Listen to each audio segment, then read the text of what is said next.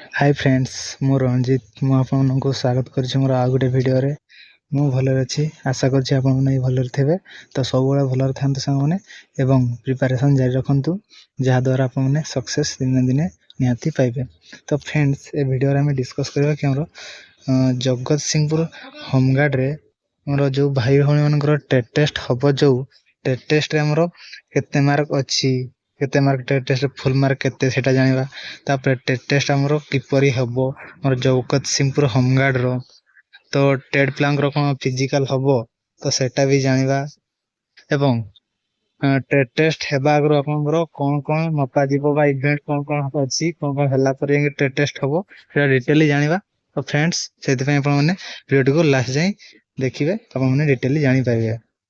तो चलंतु स्टार्ट करबा संग माने तो सांग माने आपनरो जो टेस्ट हबो तो टेस्ट हेबा आगरो आपनरो किछटा इवेंट हबो तो देखंतु से इवेंट कोन ना फास्ट आपनरो देखंतु इवेंट होजी सांग माने आपनरो देखंतु प्रथमे आपनरो जो जेबे आपन टेस्ट देवा को जेबे आपन तो टेस्ट 25 तारिख रु आरंभ हबो तो आपन जो देवा को जेबे टेस्ट तो ता आगरो आपनरो शारीरिक मानदंड हबो एटा योग्यता भित्तिक शारीरिक मानदंड हबो एटा कोन ना हमरो मेल एवं फीमेल मानकर ए सब माने हाइट वेट चेस्ट ए सब मपा जिवो तो ट्रेड पिलांकर भी एवं जीडी पिलांकर भी मपा जिवो तो हमरो जो भाई मानकर ट्रेड अछि तांकर भी मपा जिवो तो हमरो मेल मानकर देखंतु पुरुष मानकर हाइट 163 सेम हेबा दरकार यदि एतिक रो आपनकर कम हो तले हेटी आपन सेटी से माने आपन को काटी देबे रिजेक्ट कर देबे एवं यदि अधिक हो किछि प्रॉब्लम नै सामाने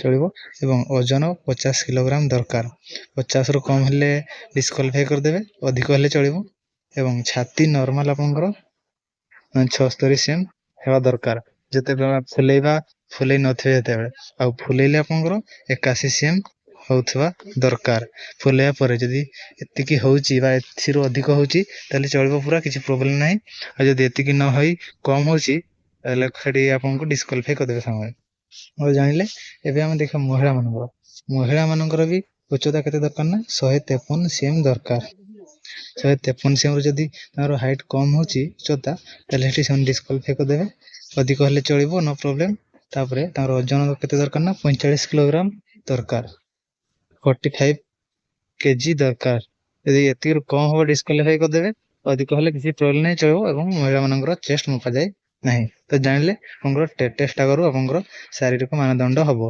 एमती सब मपा जिवो एतिक जदी कम हे जिवो तले आपनकर तले हेटी आपनको डिस्क्वालिफाई कर देबे हम माने एहा सरला पर आपनकर पदक्षेप 4 हबो पदक्षेप 4 कोन ना एही पर्याय रे आपनकर को मेडिकल टेस्ट हबो सामने समस्त हेटा हमर जीडी पिलांकर भी टेस्ट पिलांकर भी मेडिकल टेस्ट हबो तो मेडिकल टेस्ट हबो तो सेठी हमर आपनकर सरकारी डाक्टर माने आसी आपनको मेडिकल टेस्ट आपनकर टेस्ट करिवे तो जो टेस्ट हो कोन कोन टेस्ट हो ना संग माने देखन तो एठी लिखा अछि परीक्षा करा जब जहा द्वारा मौलिक स्वास्थ्यगत फिटनेस सुनिश्चित हबो एवं हृदय रोग उच्च रक्तचाप इत्यादि समस्या तो आपनकर ब्लड प्रेशर चेक हबो तापर आपनकर हार्ट चेक हबो तापर आपनकर इत्यादि पार्ट सब आपनकर बॉडी रो चेक हबो आपनकर से सब ठीक अछि ना कोन प्रॉब्लम अछि कोन ए सब चेक करिवे सामाने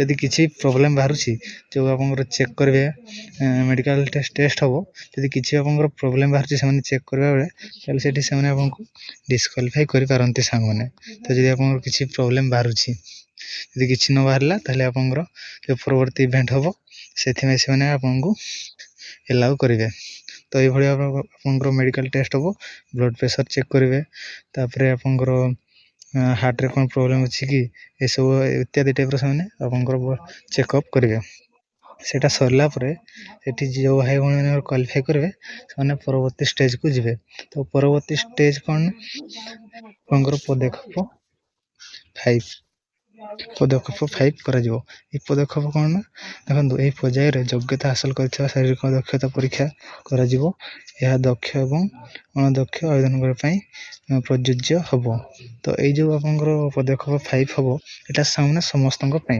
हमर जीडी पिलांको पई एवं ଟ୍ରେଡ୍ ପିଲାଙ୍କ ପାଇଁ ମଧ୍ୟ ସମସ୍ତଙ୍କ ପାଇଁ ଏଇଟା ଉଭୟ ପାଇଁ।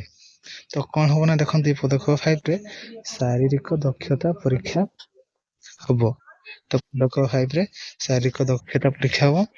ଶାରୀରିକ ଦକ୍ଷତା ପରୀକ୍ଷା ଯୋଉ ହବ ସେଠି କ'ଣ ହବ ନା ଦେଖନ୍ତୁ ସାଙ୍ଗମାନେ ଆପଣଙ୍କର ଦୌଡ଼ ଏବଂ ଚାଲ ହବ। ଦୌଡ଼ ଏବଂ ଚାଲ ତ ଯୋଉ ଦୌଡ଼ ଚାଲ ହବ ପୁରୁଷ ମାନଙ୍କର 800 ମିଟର ହବ 10 ମିନିଟରେ।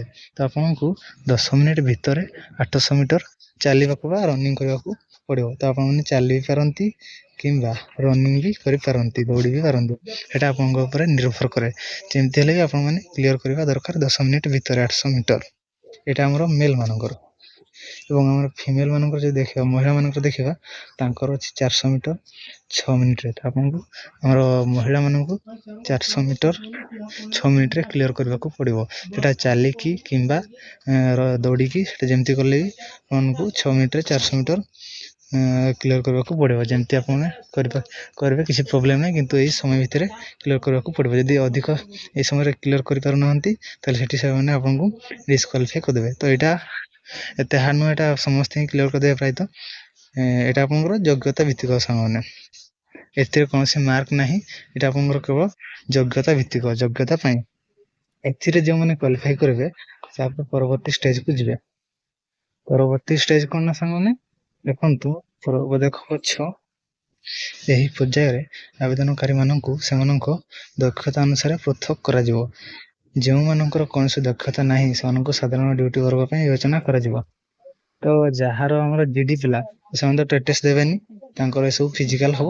ଏବଂ ଯୋଉ ଭାଇ ଭଉଣୀ ଆମର ଟ୍ରେଡ୍ ଟେଷ୍ଟ ମାନେ ଟ୍ରେଡ୍ ପିଲା ତାଙ୍କର କେମିତି ହବ ନା ଦେଖନ୍ତୁ ଆପଣଙ୍କର ଯୋଉ ଟ୍ରେଡ୍ ଟେଷ୍ଟ ହବ ସାଙ୍ଗମାନେ, ତ ସେଥିରେ ଆପଣଙ୍କର ଫୁଲ୍ ମାର୍କ ହଉଛି 20 ମାର୍କ। ଫୁଲ୍ ହଉଛି ଆପଣଙ୍କର 20 ମାର୍କ। ତ ଆପଣମାନେ ଫୁଲ୍ ମାର୍କ 20 ମାର୍କ ଆପଣ ଜାଣିଲେ। ତ ଟ୍ରେଡ୍ ଟେଷ୍ଟ କିପରି ଭାବରେ ହେବ ସେଇଟା ଆମେ ଦେଖିବା। ତ ଆପଣଙ୍କର ଦେଖନ୍ତୁ କ ଖ ବାଣିଜ୍ୟ ଦକ୍ଷତା ପରୀକ୍ଷା 10 ମାର୍କ, ଅଭିଜ୍ଞତା 10 ମାର୍କ। ତ ଆପଣଙ୍କର ଯୋଉ ଟ୍ରେଡ୍ ଟେଷ୍ଟ ହବ ସାଙ୍ଗମାନେ, ତ ମୁଁ ଏକ୍ଜାମ୍ପଲ ଦେଇ ଆପଣଙ୍କୁ କହୁଛି। ମନେ କରନ୍ତୁ ଆପଣଙ୍କର ଟ୍ରେଡ୍ ହଉଛି କମ୍ପ୍ୟୁଟର। ତ କମ୍ପ୍ୟୁଟର ଟ୍ରେଡ୍ ଆପଣଙ୍କର ଟ୍ରେଡ୍ ଟେଷ୍ଟ କିପରି ହବ ନା ପ୍ରଥମେ ଆପଣଙ୍କୁ କମ୍ପ୍ୟୁଟର କିଛି କ୍ୱେଶ୍ଚନ୍ ପଚାରିବେ। କ୍ୱେଶ୍ଚନ୍ ପଚାରିବା କେମିତି ଲେଖିବାକୁ ଦେବେ ନା କ'ଣ ସେଟା ତାଙ୍କ ଉପରେ ନିର୍ଭର କରେ। ତ କିଛି କ୍ୱେଶ୍ଚନ୍ ସେମାନେ ଆପଣଙ୍କୁ ପଚାରିବେ। ତ ଆପଣମାନେ କିଭଳି ଭାବରେ ଆନ୍ସର ଦଉଛନ୍ତି ସେଟା ଦେଖିବେ, କେତେ କ'ଣ ଠିକ କରିଛନ୍ତି ସେମିତି ଦେଖିବେ। ଆପଣ ଫାଷ୍ଟ କ୍ୱେଶ୍ଚନ୍ କିଛି ପଚାରିବେ, ସେଇଟା ସରିଲା ପରେ କମ୍ପ୍ୟୁଟର କିଛି ଆପଣଙ୍କୁ ଫଙ୍କସନ କରିବାକୁ ଦେବେ। ଯେମିତିକି ୱାର୍ଡ ଫାର୍ଡ ସବୁ ଆପଣଙ୍କୁ ଟାଇପିଂ କରିବାକୁ ଦେବେ। ଆପଣମାନେ କେତେ ସମୟରେ ଏଟା ଟାଇପିଂ କରୁଛନ୍ତି, କେତେ ସମୟ ନେଉଛନ୍ତି, କିଭଳି ଭାବରେ କାମ କରୁଛନ୍ତି, କେତେ ଫାଷ୍ଟ କେତେ ସ୍ଲୋ କରୁଛନ୍ତି, ଏଟା ସେମାନେ ଦେଖିବେ। ତ ଜାଣିଲେ ଫାଷ୍ଟ ଆପଣଙ୍କର କ୍ୱେଶ୍ଚନ୍ ପଚାରିବେ, ତାପରେ ଆପଣଙ୍କୁ ପ୍ରାକ୍ଟିକାଲି ସେଟା କରିବାକୁ କହିବେ। ଆପଣଙ୍କର ଯୋଉ ଟ୍ରେଡ୍ ଥିବ ସେଇ ଟ୍ରେଡ୍ର ଆପଣମାନେ ବି ଦେଖିଥିବେ ୟୁଟ୍ୟୁବ ମାଧ୍ୟମରେ କି ଆମର ଅନ୍ୟ ଡିଷ୍ଟ୍ରିକ୍ଟରେ ଯୋଉ ଟ୍ରେଡ୍ ଟେଷ୍ଟ ହେଇଛି, ତ ସେଥିରେ କିଭଳି ଭାବରେ ଟ୍ରେଡ୍ ଟେଷ୍ଟ ହେଇଛି ସେଟା ଦେଖିଦେବେ ଆପଣମାନେ। ଫାଷ୍ଟ ଆପଣଙ୍କୁ କିଛି କ୍ୱେଶ୍ଚନ୍ ପଚାରିଯିବ, ତାପରେ ଆପଣମାନେ ପ୍ରାକ୍ଟିକାଲି ସେଟା କରିକି ଦେଖେଇବେ। ଆପଣମାନେ ଯେଉଁଭଳି ଭାବରେ କରିବେ ସେଇଭଳି ଭାବରେ ଆପଣଙ୍କୁ ମାର୍କ ମିଳିବ। ଏବଂ କ୍ୱେଶ୍ଚନ୍ ଆନ୍ସର ଯୋଉ ପଚାରିବେ ତାର ଉତ୍ତର ଯେଉଁଭଳି ଭାବରେ ଦେବେ ଆପଣମାନେ, ସେଇ ହିସାବରେ ଆପଣଙ୍କୁ ମାର୍କ ଦିଆଯିବ। ତ ଆପଣମାନଙ୍କର ପରଫର୍ମାନ୍ସ ଅନୁସାରେ ଆପଣଙ୍କୁ 20 ମାର୍କ ଦେବେ। ତ ଯାହାର ପରଫର୍ମାନ୍ସ ଭଲ ଥିବ 20ରୁ 20 ପାଇବେ। ଏବଂ ଯଦି ଆପଣଙ୍କ ପ୍ରଦର୍ଶନ ହିସାବରେ ମାର୍କ ଦେବେ ସେମାନେ। ତ ଚେଷ୍ଟା କରିବେ ଆପଣମାନେ ପୁରା ଠିକ୍ ଠାକ୍ ସେ କ୍ୱେଶ୍ଚନ୍ ଆନ୍ସର ଦେବେ ଏବଂ ଯାହା ବି କରିବାକୁ କହିବେ କରିବେ। ତ ଜାଣିଲେ ଏଇଭଳି ଭାବରେ ଆମର ସବୁ ଟ୍ରେଡ୍ର ଟ୍ରେଡ୍ ଟେଷ୍ଟ ହବ। ମାନେ ପ୍ରଥମେ ସେମାନେ କିଛି କ୍ୱେଶ୍ଚନ୍ ପଚାରିବେ ବା ଲେଖିବାକୁ ଦେବେ, ବା ଯେକୌଣସି ମାନେ କ୍ୱେଶ୍ଚନ୍ ତ ପ୍ରାୟତଃ ପଚାରିବେ ବା ଲେଖିବାକୁ ଦେବେ। ତାପରେ ସେଇଟା ସରିଲା ପରେ ସେମାନେ ପ୍ରାକ୍ଟିକାଲି ସେଇଟା କରିବାକୁ କହିବେ। ଆପଣଙ୍କର ଯାହା ଟ୍ରେଡ୍ ଥିବ ସେଇ ଟ୍ରେଡ୍ର, ଧର ଆପଣଙ୍କର ଡ୍ରାଇଭର ଟ୍ରେଡ୍ ଅଛି, କ୍ୱେଶ୍ଚନ୍ ପଚାରିଲେ ବା ଆପଣମାନେ କହିଲେ, ତାପରେ ଆପଣଙ୍କର ପ୍ରାକ୍ଟିକାଲି ଡ୍ରାଇଭିଂ କରିବେ ତାଙ୍କ ସାମ୍ନାରେ। ସେଇ ହିସାବରେ ଯେମିତି ଡ୍ରାଇଭିଂ କରିବେ ସେଇ ହିସାବରେ ମାର୍କ ପାଇବେ। ତ ଜାଣିଲେ ସାଙ୍ଗମାନେ ଆପଣଙ୍କର ଡ୍ରାଇଭିଂ ଟେଷ୍ଟ କିଭଳି ଭାବରେ ହବ। ଫାଷ୍ଟ କିଛି କ୍ୱେଶ୍ଚନ୍ ପଚରାଯିବ, ଲେଖିବାକୁ ଦେବେ, ଆପଣମାନେ କହିବେ, ତାପରେ ଆପଣଙ୍କର ପ୍ରାକ୍ଟିକାଲି ତାହା ହବ। ତ ଜାଣିପାରିଲେ ଆପଣଙ୍କର କିଭଳି ଭାବରେ ହବ ସାଙ୍ଗମାନେ।